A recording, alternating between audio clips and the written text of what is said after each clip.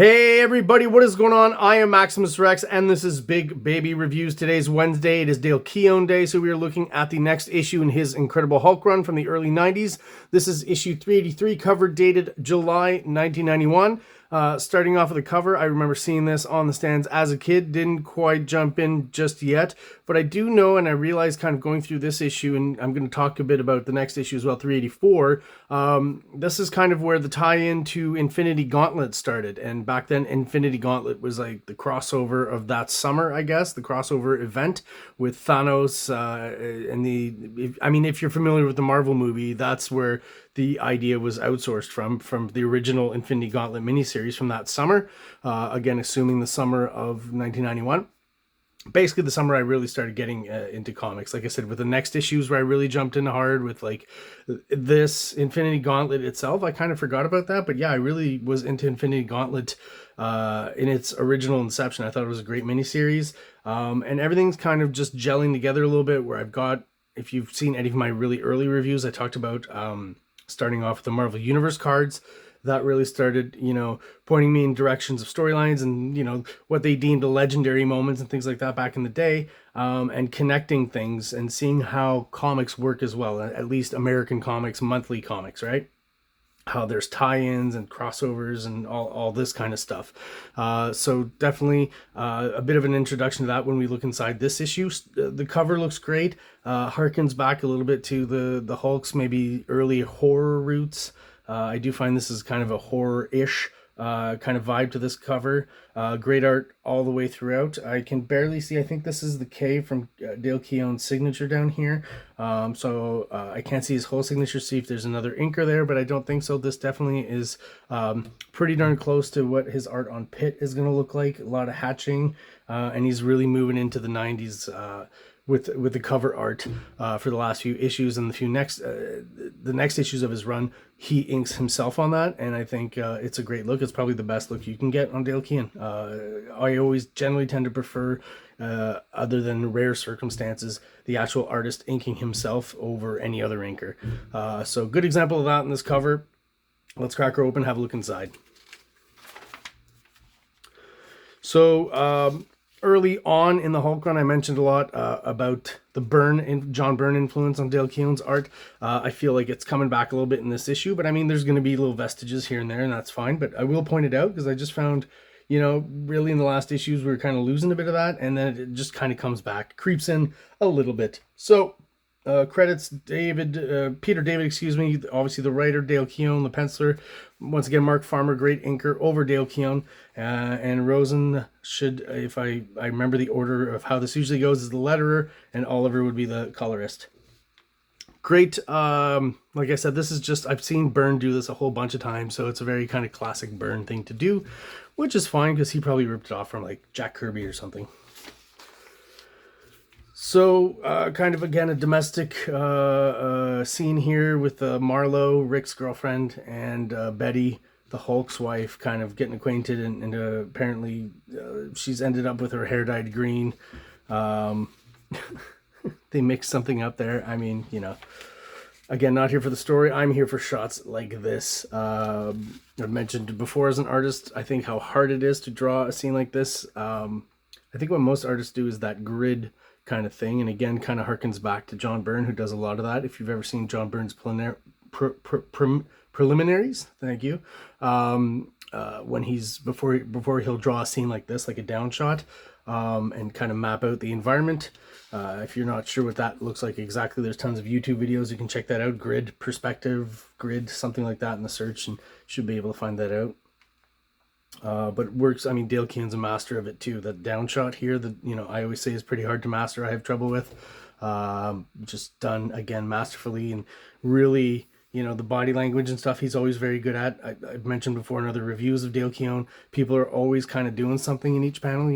The Hulk here has walked in, is kind of leaning on top of the door, obviously because he's huge and stuff, and that just heightens the fact that he is just well done and great choices as an artist.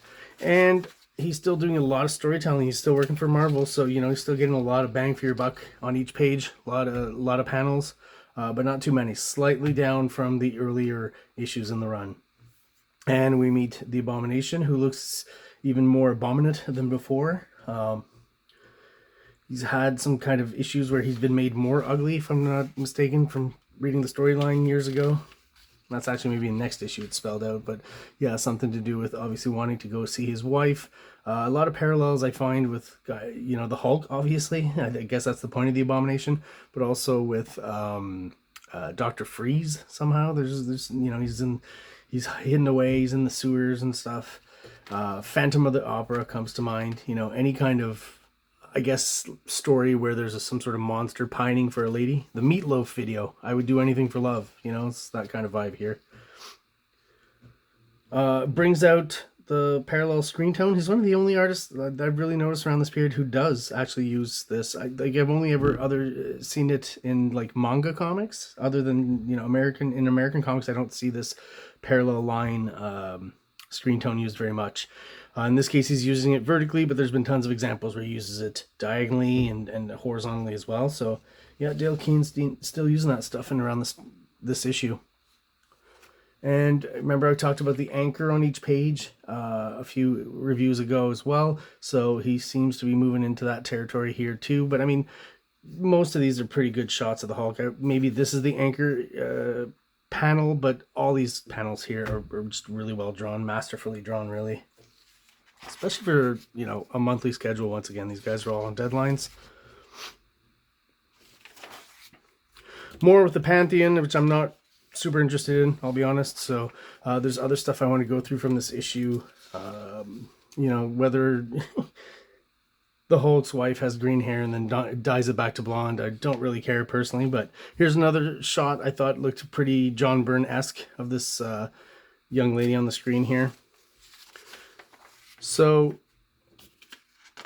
again, I've talked about how I'm not very interested in the Pantheon. I didn't follow the storyline. I bought a few issues of the Hulk mostly because I thought the Hulk was cool, obviously. This is back in the day, obviously, what I'm talking about here. And I was more interested in the aspect of kind of the connection to Infinity Gauntlet, which we're going to get more of here, than what was going on with the Pantheon. I wasn't really interested in that batch of characters, and I was mostly interested in the art even back then. That's what attracted me first, was Dale Keown's art on this title. So this is kind of the lead-in to the connection to Infinity Gauntlet, because it all starts out with more of the mystical characters and stuff, and it actually, the seeds of Infinity Gauntlet were in the Silver Surfer series. You know, Dale Keown himself here doing a masterful job of the Silver Surfer, I think. Again, he's using another different screen tone here, which I've not seen much either. Kind of a dot print kind of thing. Kind of slightly in circular patterns. I don't know how else to describe that. Hopefully that shows up on screen. But looks great and helps to give them, you know, a different texture, a different color, different look. Very cool. Masterful of the dark scenes as well. You know, the lighting.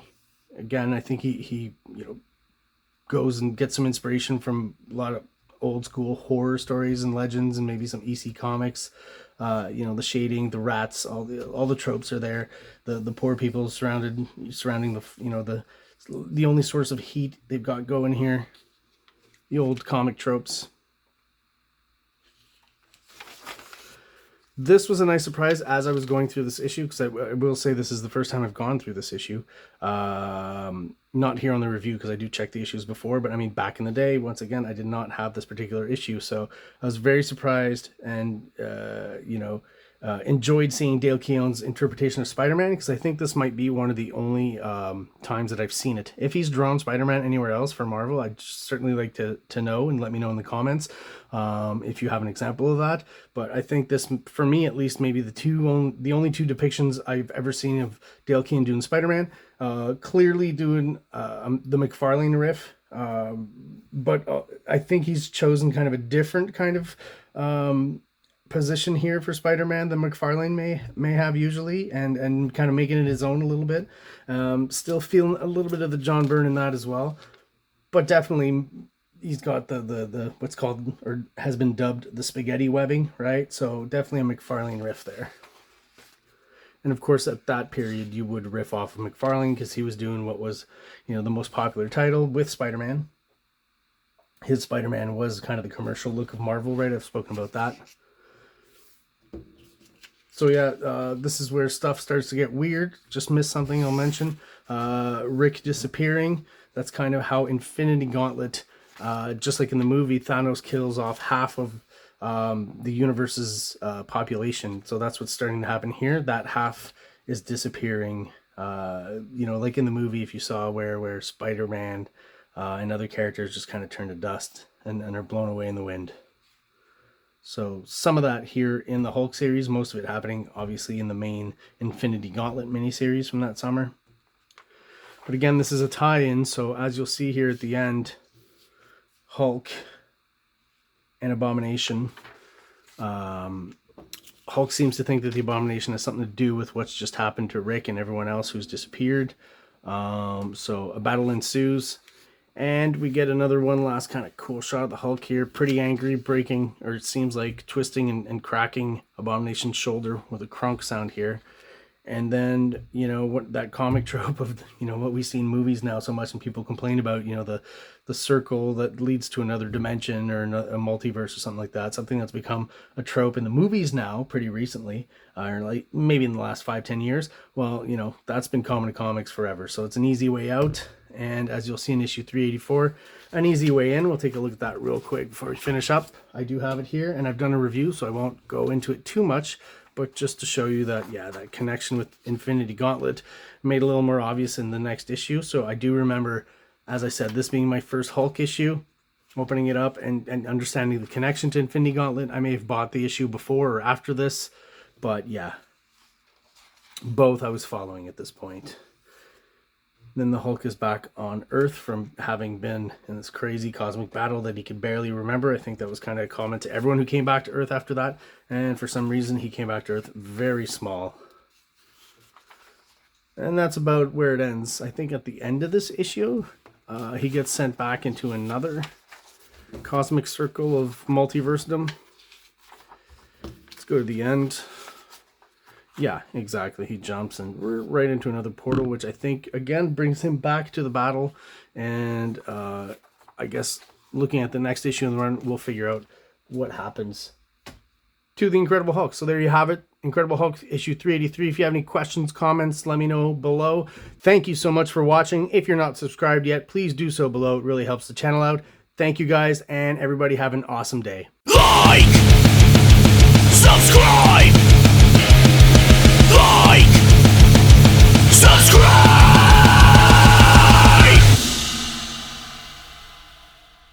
King Comics presents Big Baby, Volume 1, Issues 1 to 13. 204 pages of story and art.